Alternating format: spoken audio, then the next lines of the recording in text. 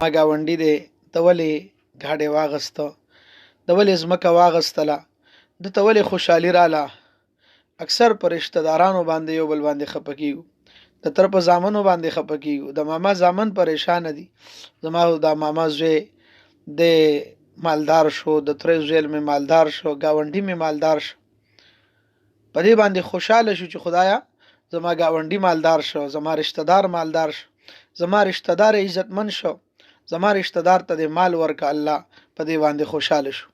ځکه عزیزانو یو صحابي فرمایي نبی علیہ الصلوۃ والسلام ما ته فرمایل اتحب الجنه، آیت جنت خوخه. دا صحابي فرمایي ما ورته نبی علیہ الصلوۃ والسلام ته ویل قلت نعم، او جی د الله پیغمبره زما جنت خوخ دی چې زه د جنت تلال شم.